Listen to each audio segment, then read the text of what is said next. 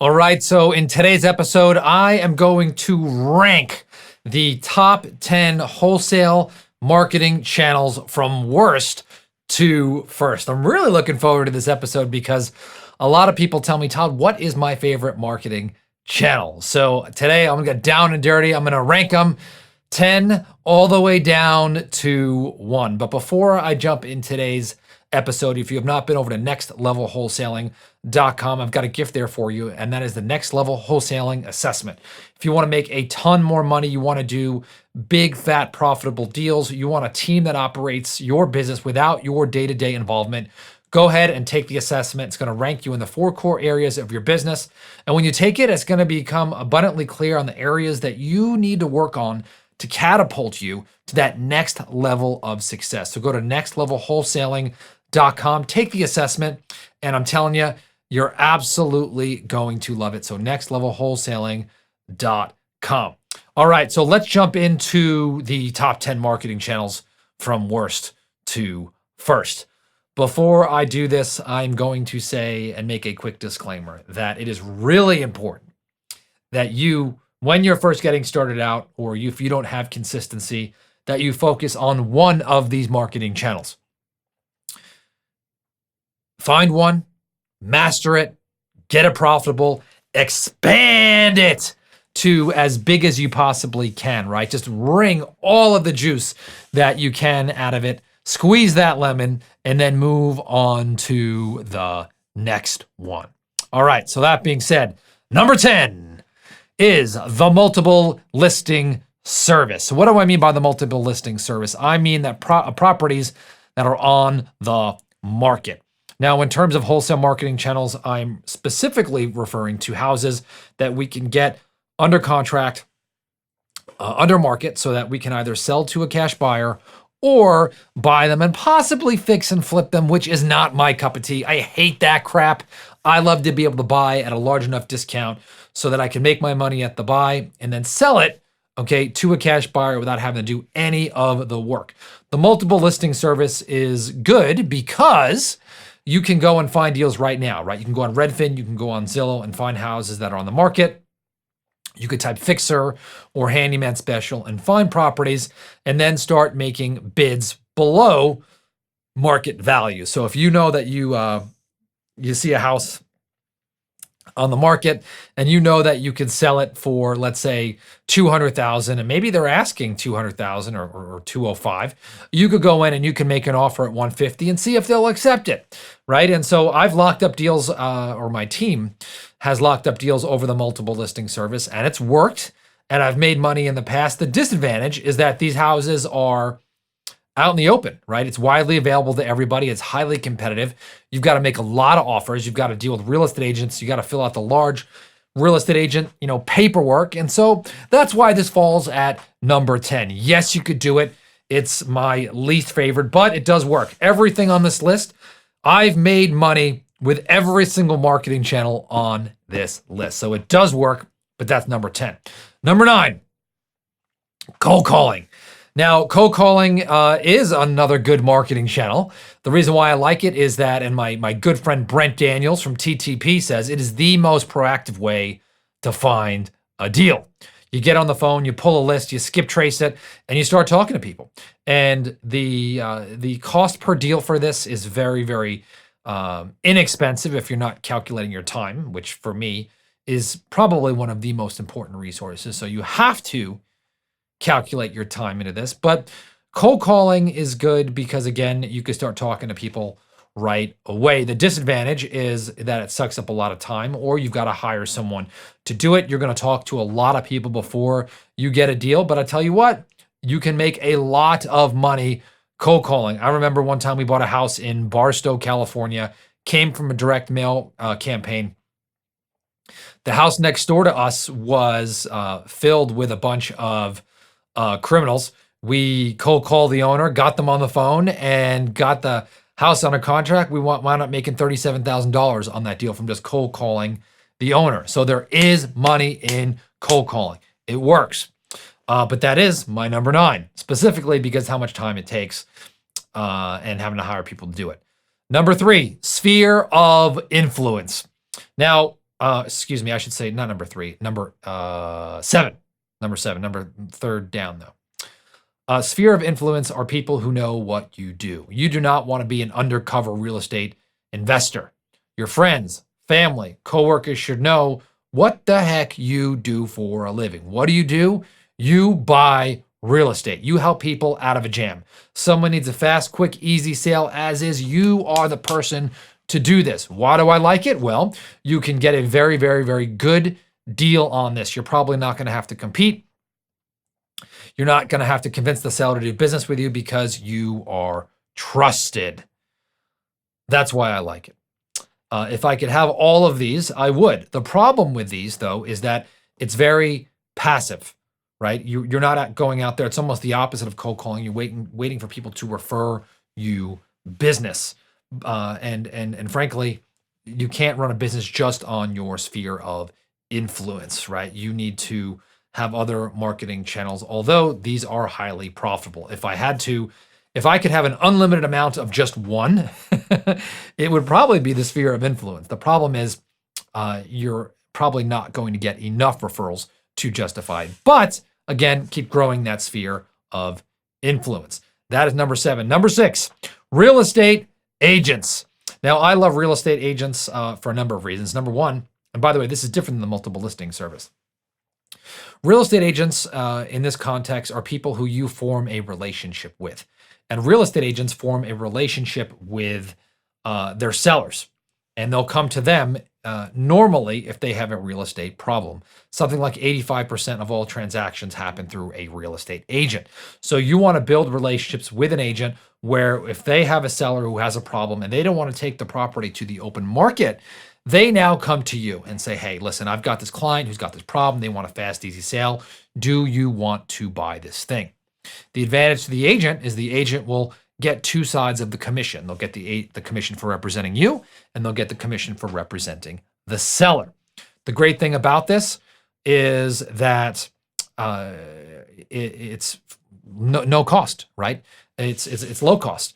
The disadvantage is I have found that although you can get deals consistently from real estate agents, they usually are not giant deals, right? The agent is usually there to negotiate on behalf of the seller.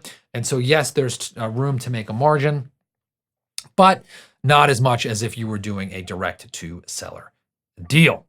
It is also sometimes a little more out of your control, which again, you can do deals. I've had years where we've done $500,000 in real estate agent deals. So it is there. All right. Next on my list, and this is 1, 2, 3, 4, 10, 9, 8, 7. Number 6, nope, number 5 on my list. Joint ventures. Joint ventures, I love joint ventures. These are where you work with other wholesalers who have a deal under contract, or maybe a wholesaler brought you a deal and you help them get them under the contract. They do all the marketing, they do all the screening, maybe they got the contract, or maybe they're close with the contract, but they bring the deal to you. The advantage, much like a real estate agent, is they brought the deal to you, right? There's no cost marketing. One time I had a listener on the podcast who brought a deal that we made $90,000 on, right? They made $45,000 and I made $45,000, and they were happy and I was happy. That was a good deal for all. And so joint ventures are a phenomenal tool. The disadvantage, again, is that you have to depend on wholesalers bringing you deals. So that's why, again, if I could have an unlimited amount of those deals, I would take them, right? But again, that takes time to foster those relationships, and also you're just kind of waiting on them. Number 10, 9, 8, 7, 6, 5. Number 4 is pay-per-click advertising. Pay-per-click advertising is when you have a website and you pay Google to advertise your business on Google. So if you've ever Googled how to sell my house fast and those companies pop up top and it says sponsored up top, that is how you get to the absolute top of Google. And so that is probably one of the better leads that you can. And again, those are great leads. The disadvantage to that is you are competing with other people. Number 2, it takes a lot to manage. Sometimes you've got to hire an agency, and it's not the most profitable marketing channel. You could definitely get deals from there, but I find that right now in this market, it's pretty saturated. It absolutely does work. All right, next one. All right, now we're getting to the hot ones, the real hot ones here. Okay, are you ready? So 1, 2, 10, 9, 8, 7, 6, 5, 4, 3. My third favorite marketing channel is, you know it, direct mail. Now, direct mail, I love. It is how I first got started. It's how I first got my first deal, and I still do deals today from it. What do I love about it? Man, it's easy to do, right? All you got to do is have the guts to spend and invest, should I say, have the guts to invest the money, right? So you pick a list, you mail the list, you wait for the calls to come in, you follow up, you close the deal, and you do it week after week after week after week. What I specifically like about this, though, is that you drop mail on a Friday, every Friday. And then every single week, you have leads coming in. And then after 90 days, now you have just calls coming in. Boom, boom, boom, boom. They just come in. There's a consistency to it if you're consistent. And I absolutely love direct mail. I also find that you are dealing with sellers sometimes that you don't have to compete with other people with. And I just love that. You also can tell sometimes the motivation of the seller if they've held on to it for a year. Usually those leads are more motivated. And I really, really, really like direct mail. The disadvantage, if there is one, is that it is also pretty easy to do. It is a larger investment up front, but I love it. And anytime that you can, again, spend $1 and get 5 back, sign me up. Okay. Number 2, I know you know this was coming, fastsellerleads.com. You want the easiest way to get leads? Like now, go to fastsellerleads.com. Fastsellerleads.com, if you go to that site, you sign up for free. You pick your county that you're going to invest in, and then you choose how much you're going to bid per lead. Once you decide how much you're going to bid per lead, if you're the winning bidder, they will send you leads every single week. And I love this because it's easy, right? You can start getting leads today. The disadvantage is that it's going to be a much higher upfront investment than other marketing channels. So you could expect that you're going to spend $3,500, $5,000, maybe $6,000 on a deal, maybe even more before you get a deal. But if you're making $30,000, $50,000, $80,000 on a deal, this is like the fastest, easiest, most predictable way to get a deal. This one's not for everybody. These are people who are like, hey, you know what? I want to spend $1 and make $5. And I'm not scared to spend $7,500, okay, to make $50. I'm not scared to do that. I want to do that deal. And I know that there's going to be a time when I spend that money, and between I make that money back. By the way, all of these marketing channels, you got to have the no limit selling system. All right. This is the system that I created to train my acquisition specialists. All the way from when I had that first one, Brian, that I talked about, my mentor made me take everything out of my brain and put it in a learnable format. And so if you want to do bigger deals, you want to close those deals faster, you want to sell them for more, you want to have more fun in sales, you got to check out the no limits selling system. This teaches you how to talk to sellers, how to handle the objections, how to conduct yourself, how to really understand the seller's communication and therefore communicate them in a way that at the end of the day is going to have you help them more. And because of that, you are going to make a crap ton more money. So all of these work better if you're a master at sales. So go ahead and check out the nolimitsalessystem.com. All right. This last one right here is my favorite though, number 1. And this is social media influencer, excuse me. And I'm going to batch 2 of these together. Number 1, you want to find this, and by the way, no one's talking about this. To my knowledge, I'm the only one that does this in this industry. You want to find influencers in your local market. What is an influencer?